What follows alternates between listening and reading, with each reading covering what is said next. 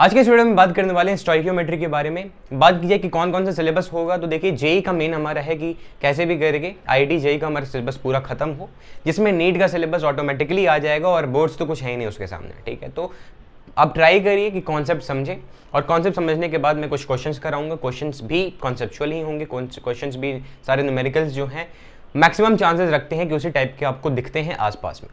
तो चलिए शुरू करते हैं। मोल कॉन्सेप्ट जो है ना वो दो चीज़ों से बना हुआ है। मोल कॉन्सेप्ट जो है वो दो चीज़ों से बना हुआ है, एक है स्टोइकियोमेट्री, और एक है लॉ ऑफ इक्विवेलेंस, आज की इस वीडियो में हम स्टोइकियोमेट्री के बारे में बात करने वाले हैं। लॉ ऑफ इक्विवेलेंस के बारे में हम अगले या उसके आगे हम बात करेंगे। स्टोइकियोमेट्री की अगर हम बात करें तो स्टोइकियोमेट्री प्रोसेस करने के लिए, क्वेश्चन सॉल्व करने के लिए 3 स्टेप्स बेसिकली होते हैं। सबसे पहले आपको क्या करना होता है, आपको इक्वेशन लिखना होता है। राइट द इक्वेशन, जो केमिकल इक्वेशन है, केमिकल रिएक्शन है, इक्वेशन ना बोल के रिएक्शन लिखे, तो ये रिएक्शन आपको पहले लिखना होता है। उसके बाद आपको सिंपली क्या करना होता है, बैलेंस करना होता है। जो भी रिएक्शन है उसको बैलेंस कर दीजिए। जब आप ये दोनों प्रोसेस करेंगे उसके बाद आपको क्या करना होता है, find the relation among stoichiometric coefficients. ठीक है, अब ये क्या चीज़ है भाई, कोफिशिएंट्स का मतलब आप समझते होंगे जो साथ में लगा हुआ है। तो रिएक्शन के साथ में जो लगा हुआ होगा, हम बात करेंगे क्या है ये सब चीज़ें बहुत ही अच्छे से। तो उसके पास में जो लगा होगा उसके रिलेशंस हमें फाइंड करने हैं। अब रिलेशन 4 प्रकार के होते हैं। ये थोड़ा सा जो मार्कर है वो सही लिख नहीं रहा, तो जस्ट अ सेकेंड। इससे लिख रहा है क्या, इससे तो लिख रहा है जी, इसमें जब तक ये लिखता है तब तक देखा जाए। हाँ, तो रिलेशन देखिए 4 प्रकार के होते हैं। सबसे पहला आपका ये जो रिलेशन है वो होता है आपके मॉलिक्यूलर रिलेशन। ठीक है, मॉलिक्यूलर रिलेशन या फिर मॉलिक्यूलर रेशियो आप कहिए। ये भी शहीद हो गया, देखिए क्या कहा जाए, अब शहीद हो जाए भाई साहब, एक एक बूंद 10-10 मिनट के बाद निकलेगा। ले, हाथ पे गिर गया सारा। हाँ भाई, चलिए। अब जो रिलेशंस होते हैं वो 4 प्रकार के होते हैं। एक होता है मॉलिक्यूलर रेशियो, एक होता है आपका मोलर रेशियो, एक होता है आपका वॉल्यूम रेशियो। ठीक है, और एक होता है आपका मास रेशियो। ठीक है, अब ये जो तीनों है ना वो आपको डायरेक्टली निकालना आ जाएगा। एक को निकालोगे सबको आएगा। मास रेशियो भी निकलता है, लोग कहते हैं कि नहीं निकलता, नहीं निकलता है, लेकिन इनडायरेक्टली निकलता है। कैसे, आइए बात करेंगे हम। एक सिंपल सा रिएक्शन हम लेते हैं। ये सारी चीज़ें होपफुली आपने नोट कर ली होंगी। ठीक है, देखिए नाइट्रोजन है, हाइड्रोजन है, उसने मिलके बनाया अमोनिया। इसको जब हम बैलेंस करेंगे तो यहाँ 3 डालोगे, यहाँ आप डालोगे 2, फिर यहाँ डालोगे 1, बात खत्म। मॉलिक्यूलर रेशियो कैसे निकलता है, थोड़ा ध्यान देना है भाई। मॉलिक्यूलर रेशियो कैसे निकालते हैं, तो मॉलिक्यूलर रेशियो हम जानते हैं कि अगर हमारे पास एक मॉलिक्यूल होगा नाइट्रोजन का, 3 मॉलिक्यूल होगा, अगर हम लेंगे इफ पे बात आ रही है, इफ कंडीशन आ रहा है, इफ 1 मॉलिक्यूल हम लेते हैं नाइट्रोजन का, देन हमें लेना होगा 3 मॉलिक्यूल हाइड्रोजन का, 3 मॉलिक्यूल हाइड्रोजन का, तब बनेगा 2 मॉलिक्यूल अमोनिया का। आइए बात समझ में, ये रेशियो है इनके बीच का। अगर मैं रेशियो निकालूं तो क्या निकल रहा है भाई, 1:3:2। अगर मैंने 1 मॉलिक्यूल लिया नाइट्रोजन का तब मुझे 3 मॉलिक्यूल लेना पड़ रहा है हाइड्रोजन का, तब मुझे 2 मॉलिक्यूल मिलेगा अमोनिया का। अब जरूरी नहीं है कि बस मैं एक ही मॉलिक्यूल हूं नाइट्रोजन का, जरूरी थोड़ी है, दुनिया में एक ही मॉलिक्यूल थोड़ी है नाइट्रोजन का। मैं यहाँ पर 10 मॉलिक्यूल ले सकता हूँ। क्या लूंगा, अगर मैं यहाँ पर 10 मॉलिक्यूल लूंगा नाइट्रोजन का लेकिन तब मुझे यहां पर 30 मॉलिक्यूल लेना पड़ेगा हाइड्रोजन का, और तब बनेगा 20 मॉलिक्यूल अमोनिया का। आई बात समझ?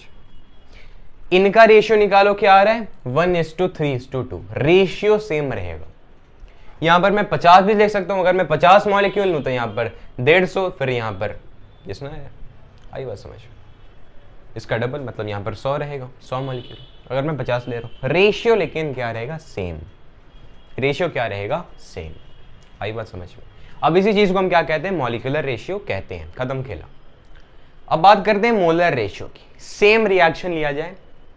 अच्छा, अगर मैंने एक मॉलिक्यूल लिया N2 का, फिर 3 मॉलिक्यूल लिया H2 का, फिर 2 मॉलिक्यूल बना इसका, फिर मैंने इसको 10 मॉलिक्यूल लिया, फिर 30, फिर 20, करते करते करते करते करते अगर मैं Na मॉलिक्यूल लूंगा, अगर मैं Na मॉलिक्यूल लूंगा N2 का, तब मुझे 3Na मॉलिक्यूल लेना पड़ेगा H2 का। थोड़ा ध्यान दीजिएगा, सही बात है।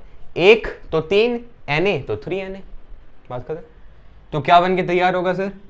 देन 2Na मॉलिक्यूल बन के तैयार होगा NH3 का, है कि नहीं? बताइए हाँ या ना बताइए। एकदम। अच्छा, मैं Na को 1 मोल लिख सकता हूं क्या? एकदम। तो अगर मैं 1 मोल लूंगा N2 का, तब मुझे मतलब 1 मोल मॉलिक्यूल अगर मैं लूंगा N2 का, तब मुझे 3 मोल मॉलिक्यूल बनेंगे, लेना पड़ेगा H2 का, तब जाके 2 मोल NH3 बन जाएंगे। इनका रेशियो निकालिए, क्या आया? 1:3:2। मोलर रेशियो की भी बात होगी। अब आते हैं वॉल्यूम रेशियो पे। चीजें क्लियर हो रही हैं शायद आपको? ठीक है। अच्छा, वॉल्यूम हम कैसे निकालते थे? पिछले वीडियो में मैं बात किया था वॉल्यूम कैसे हम निकालते थे। 1 मोल में 22.4 लीटर होता है, तो 2 मोल में 22.4 × 2, समझे बात? तो जितना मोल रहेगा उसमें हमें 22.4 अगर लीटर मल्टीप्लाई करेंगे तो उतना हमें वॉल्यूम मिल जाएगा। ठीक है भाई। तो 1 × 22.4 लीटर N2 जब हम लेंगे, देन 3 × 22.4 लीटर H2 हमें लेना पड़ेगा, फिर 2 × 22.4 लीटर NH3 हमें मिलके तैयार हो जाएगा। क्या ये चीज़ क्लियर है? इसका रेशियो निकाल लिए, क्या ये आया? 1:3:2। वॉल्यूम रेशियो भी क्लियर है भाई। अब आता है मास रेशियो। क्या होता है मास रेशियो?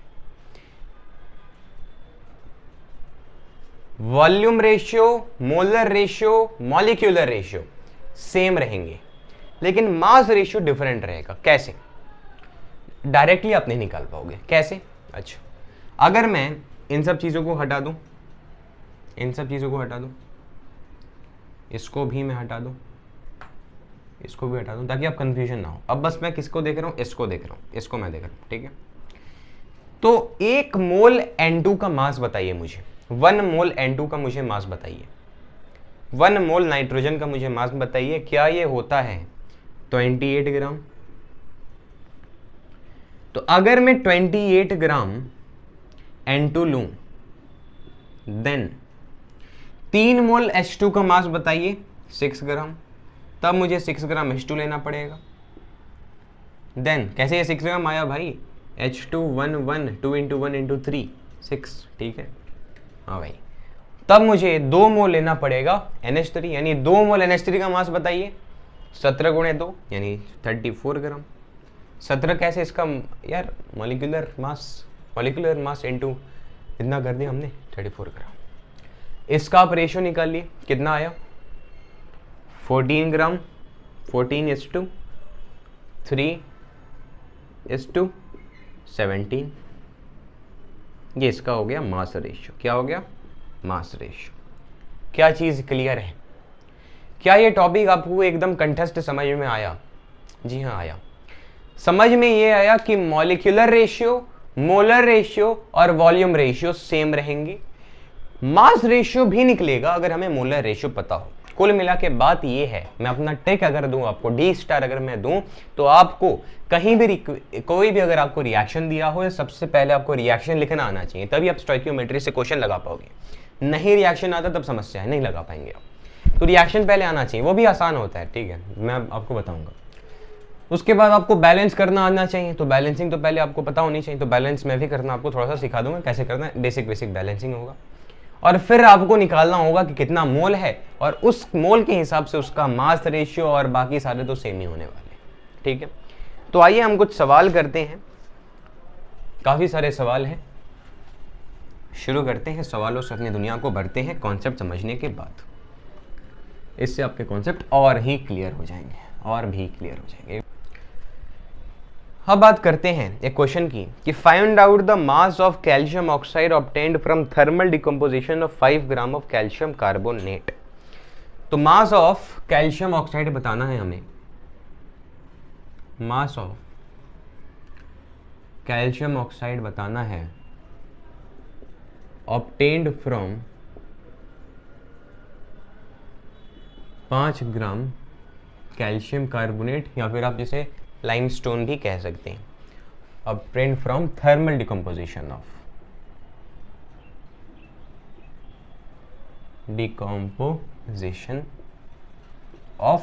Calcium carbonate. थोड़ा सा क्वेश्चन इधर उधर है, लेकिन बेसिक समझ में आई बात कि कैल्शियम कार्बोनेट को हमने हीट किया, उससे निकला कैल्शियम ऑक्साइड, तो इसका मास हमें बताना है। तो सबसे पहला क्या स्टेप होना चाहिए, आपको रिएक्शन लिखने आना चाहिए। रिएक्शन आप कैसे लिखेंगे, आपके पास है कैल्शियम कार्बोनेट, उसको आपने किया हीट करने के बाद ये तो क्लियर है कि भाई कैल्शियम ऑक्साइड तो निकल ही रहा है, लेकिन एक और चीज इसके साथ निकलेगा। तो यार क्लियर है ना, कैल्शियम ऑक्साइड निकल दिया, तो ये कार्बन डाइऑक्साइड तो एक बचा है यहाँ पर। लोगों को लगता है कि ये हमें नहीं पता, पहले ही हाथ पकड़ के बैठ जाते हैं कि ना भैया हमसे ना हो पाएगा, ये तो रिएक्शन ही नहीं पता भाई, बस ये पता है। अरे यार कैल्शियम ऑक्साइड, कैल्शियम कार्बोनेट में से कैल्शियम ऑक्साइड निकल गया, क्या बचा यहाँ पर, कार्बन डाइऑक्साइड ही तो बचा। देखो रिएक्शन को बैलेंस करने की भी जरूरत नहीं है, बात खत्म, ठीक है भाई, रिएक्शन को बैलेंस करने की भी जरूरत नहीं है, ठीक है। अब हम आगे बढ़ते हैं, सेकंड स्टेप बैलेंस भी नहीं करना। अब आइए, अब यहां पर हम देख सकते हैं कि ये 1 है, फिर ये भी 1 है, फिर ये भी 1 है। इसका मतलब 1 मोल हमने लिया है कैल्शियम कार्बोनेट। अगर इफ 1 मोल हम लेते हैं तब हमें 1 मोल कैल्शियम ऑक्साइड का लेना पड़ेगा, उससे क्या फर्क पड़ता है हमें तो इससे ही मतलब है ना।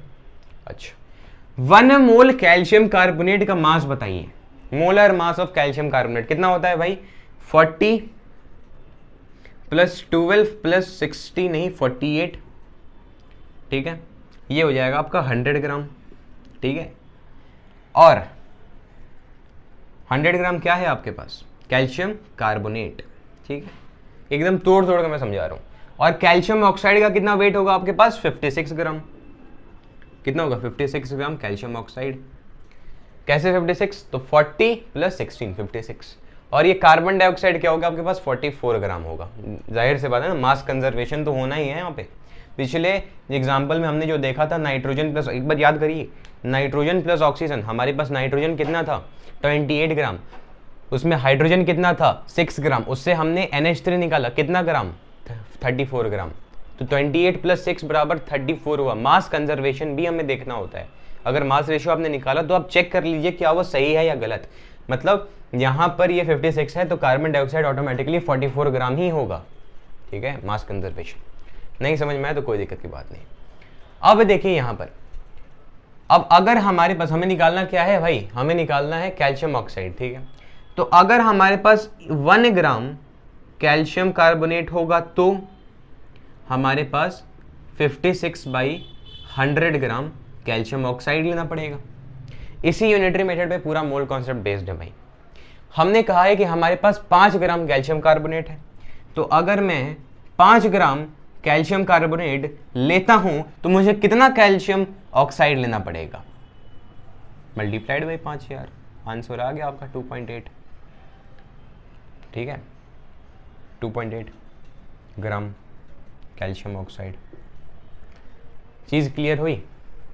अब कितनों को यह भी नहीं समझ में आया होगा क्या हुआ यहाँ पर, अगर एक टॉफी का दाम 2 रुपया है तो 20 टॉफी का दाम कितना होगा, 5 ग्राम कैल्शियम कार्बोनेट हमारे पास है, तो कैल्शियम ऑक्साइड उसमें से कितना निकलेगा, यही बात है। बस बोलने का तरीका बदल गया, बात बराबर है ना भाई।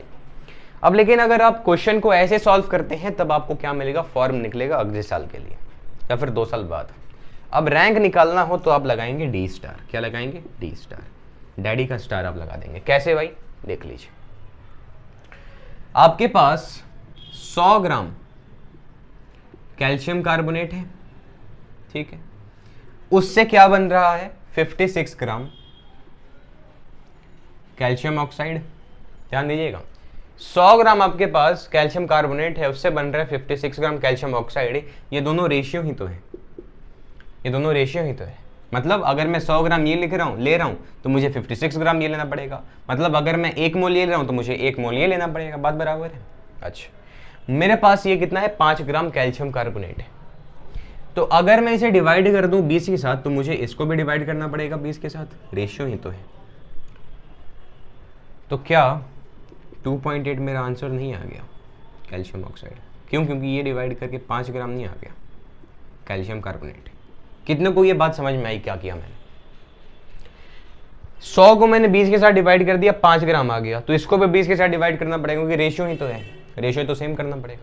इसको मैं 20 से डिवाइड करूंगा तो ये आपका कितना आ जाएगा बताइए, 10, और ये आ जाएगा 28, 2.8 ग्राम। बात खत्म। तो इतना करिए या ये करिए, बात बराबर है, ठीक है। किसको कितना कॉन्सेप्ट क्लियर हुआ उस हिसाब से देखिए। जरूरी नहीं है कि एक ही बार में आपको डी स्टार आ जाए, क्योंकि सालों लग गए इसको, ठीक है, बनते बनते सालों लगे हैं इसके। लेकिन अगर आप 1-2 बार प्रैक्टिस कर रहे हैं तो आप भी बना देंगे डी स्टार अपना, ठीक है। हाँ भाई, आगे बढ़ा जाए, एक और क्वेश्चन लिया जाए। Find out the volume of carbon dioxide obtained from this this this this. अब हमें निकालना है volume of carbon dioxide from 5 gram calcium carbonate को थर्मल डिकम्पोज करने के बाद। मतलब कैल्शियम कार्बोनेट को थर्मली डिकम्पोज करने के बाद कितना वॉल्यूम निकला कार्बन डाइऑक्साइड का। आप क्वेश्चन समझ के लिख रहा हूं मैं, ज़्यादा नहीं, ठीक है। और कार्बन डाइऑक्साइड आपका एसटीपी एनटीपी पे है, ये भी बात याद रखिएगा, ठीक है भाई। तो फिर वही बात, कैल्शियम कार्बोनेट को हमने डिकम्पोज किया, बना calcium oxide plus carbon dioxide. बात क्लियर है। हमारे पास अगर 1 मोल रहा, अगर हमारे पास 1 मोल रहा कैल्शियम कार्बोनेट का, तब हमें 1 मोल लेना पड़ेगा कार्बन डाइऑक्साइड का, क्योंकि मुझे इससे तो फर्क ही नहीं पड़ रहा है, इससे फर्क पड़ रहा है, बैलेंस तो है पहले से। 1 मोल कैल्शियम कार्बोनेट का मुझे मास बताना भाई 100 ग्राम, 1 मोल कार्बन डाइऑक्साइड का मास 44 ग्राम, ठीक है। मुझसे क्या पूछा है कि जब ये 5 ग्राम होगा तब ये कितना इसका वो होगा वॉल्यूम। तो वॉल्यूम निकालने के लिए मुझे इसका अगर मोल पता चल जाए तो बात बराबर है, ठीक है भाई। तो मोल कैसे पता चलेगा, अगर मुझे इसका मास पता चलेगा। मास कैसे पता चलेगा, तो अगर मैं इसे 5 ग्राम ले रहा हूं तब उससे भी मुझे कितना ग्राम होगा, रेशियो ही तो है। ये आपका डी स्टार लगा, यहां पर क्या लगा, डी स्टार। 100 ग्राम है तो आपका 44 ग्राम है, तो अगर ये 5 ग्राम है तो ये आपका 2.2 ग्राम है ना भाई, 2.2 ग्राम, ठीक है, 2.2 ग्राम है। ये जब 5 ग्राम है कैल्शियम कार्बोनेट तब ये 2.2 ग्राम है। समझ में आई बात, ठीक है।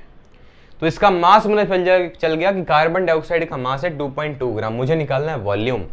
तो मैंने पढ़ा है कि नंबर ऑफ मोल बराबर होता है जितना हमें मास दिया हुआ है डिवाइडेड बाई उसके साथ, किसके साथ भाई, मोलर मास के साथ, given mass upon molar mass. तो ये आ गया आपका 1/20, इतना मोल आ गया 1/20।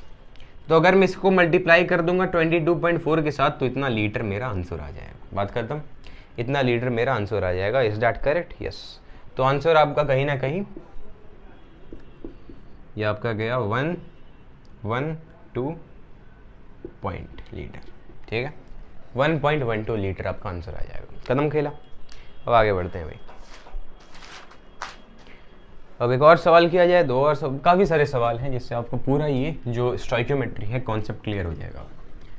और डी स्टार लगाना पड़ेगा तभी आंसर जल्दी आएंगे ना, वरना क्वेश्चन तो सभी कर रहे हैं, कॉन्सेप्ट भी हम अलग तरीके से पढ़ ही रहे हैं तो क्वेश्चन भी क्यों ना अलग तरीके से किया जाए। जैसे कि आपको अब क्वेश्चन दिया हुआ है हमने क्वेश्चन किया था क्या, find out the volume, okay हाँ ठीक है। अब हमें निकालना है volume of carbon dioxide from 5 mole calcium carbonate को थर्मली डिकम्पोज करने के बाद कितना कार्बन डाइऑक्साइड मेरा निकलेगा। तो हमारे पास है कैल्शियम कार्बोनेट, इसको मैंने थर्मली डिकम्पोज किया, निकला calcium oxide plus carbon dioxide. ये मुझे दे रखा है कि ये मेरे पास है 5 मोल, ठीक है भाई। तो एक चीज़ मैं देखूं कि ये जब मेरे पास 1 मोल है तब मेरे पास ये भी 1 मोल रहेगा, तब मेरे पास ये भी 1 मोल रहेगा, बात बराबर है, रेशियो है, ये 1 मोल, ये भी 1 मोल, ये भी 1 मोल, सही है भाई। तो जब ये 5 मोल मेरे पास होगा तब ये भी 5 मोल होगा, तब ये भी 5 मोल होगा, रेशियो ही तो है। अरे भाई अगर ये कुछ अलग होता, अगर ये 1 मोल ये 2 मोल होता, तब ये जब 5 मोल तब ये 20 मोल 10 मोल होता। अभी तो ये 1 है, तो जितना ये जितना ही है, बात बराबर है। तो मुझे ये पता चल गया कि कार्बन डाइऑक्साइड मेरे पास 5 मोल है।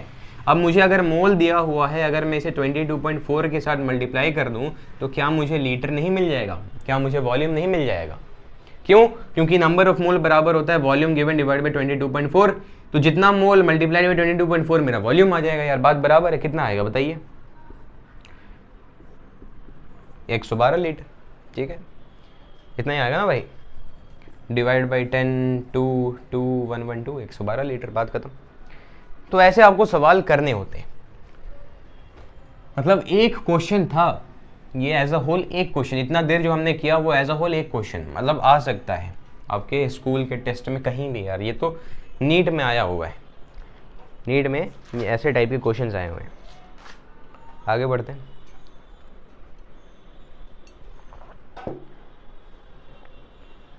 अब एक क्वेश्चन है कि हमारे पास KClO3 है, KClO3 है 0.1 मोल एट STP है।